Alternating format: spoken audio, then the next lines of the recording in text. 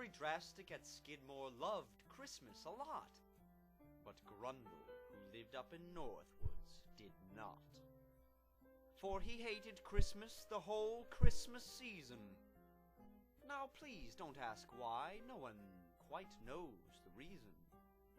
It could be his head wasn't screwed on just right.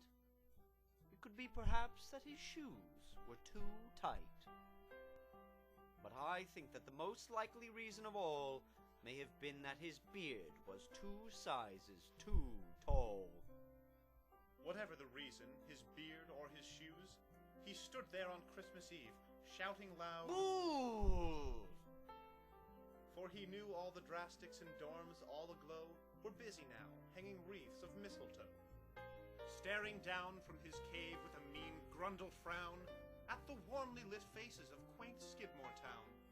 So he growled with his mean fingers nervously drumming, I must find some way to stop Christmas from coming. For tomorrow he knew all the altos and basses would wake bright and early with big shiny faces. The noise, oh the noise, noise, noise! Oh the melodies, harmonies, just noise, noise, noise! For they would do something he liked least of all. Every smiling Drastic, the tall and the small, would stand close together with Christmas bells ringing. They'd stand hand in hand, and they all would start singing. And the more Grundle thought of this foul Christmas sing, the more Grundle thought, I must stop the whole thing. Why, for 53 years I've put up with it now. I must find some way to stop Christmas from coming. But how? Then he got an idea, an awful idea. Grundle got a wonderfully awful idea. I know just what to do. Grundle laughed in his throat, and he made a quick Santa Claus hat and a coat. And he chuckled and clucked. What a great Grundly trick! With this coat and this hat, I'll look just like St. Nick. All I need is a reindeer. Then Grundle looked round, but since reindeer are scarce, there were none to be found. Did that stop the old Grundle? No. Grundle just said, If I can't find a reindeer, I'll make one instead. So he called his friend Vinny. Then he took some red thread, and he tied a big horn to the top of his head.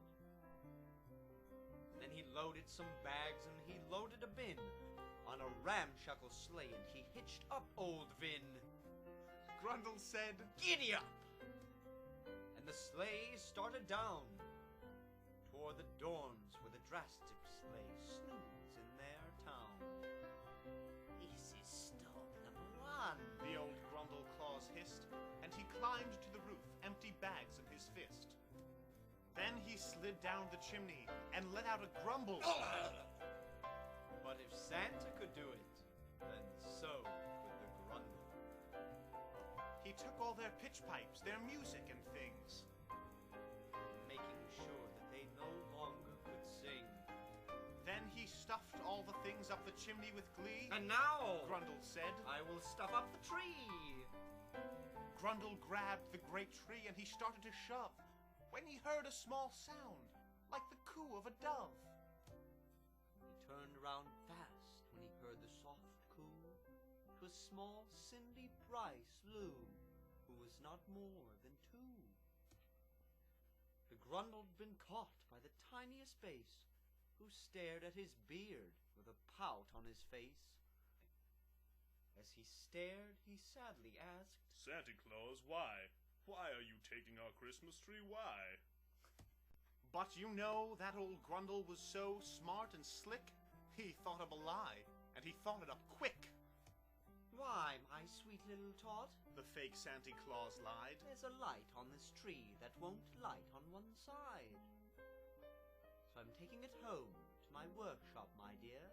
I'll fix it up there, then I'll bring it back here." And his fib fooled the child. Then he patted his head, and he got him a drink, and he sent him to bed. Cindy Bryce Lou went to bed with his cup, Grundle went up the chimney and stuffed the tree up. It was 1/4 dawn, Drastics all still in bed, dreams in 10-part harmony as he packed up his sled. Packed it up with their pitch pipes, the music key changes, The songs, the crescendos, jam posters and ranges. 3,000 feet up, to Northwoods he fled, while Vinny worked hard to pull up the sled. But he heard a quiet sound rising over the snow. It started in low, then it started to grow. The sound wasn't sad, for it sounded quite merry. It couldn't be so, but it was merry, very. As he stared at Case Green, Grundle popped out his eyes. Then he shook. What he saw was a shocking surprise. Every Drastic together, the tall and the small, was singing without any pitch pipe at all. He hadn't stopped Christmas from coming, it came. Somehow or other, it came just the same. It came without pitch pipe, sheet music, or a score. And he puzzled 3 hours, till his puzzler was sore. Then Grundle thought something he hadn't before. Maybe Christmas He thought, isn't music galore. Maybe Christmas, perhaps, means a little bit more. and what happened then? Well, at Skidmore they say that Grundle's long beard got much shorter that day. And the minute his beard didn't feel quite so full, he yelled at Vinny to Pull the sled, pull! And he brought back the music, and Vinny came along, and he himself, Grundle, sang the first song.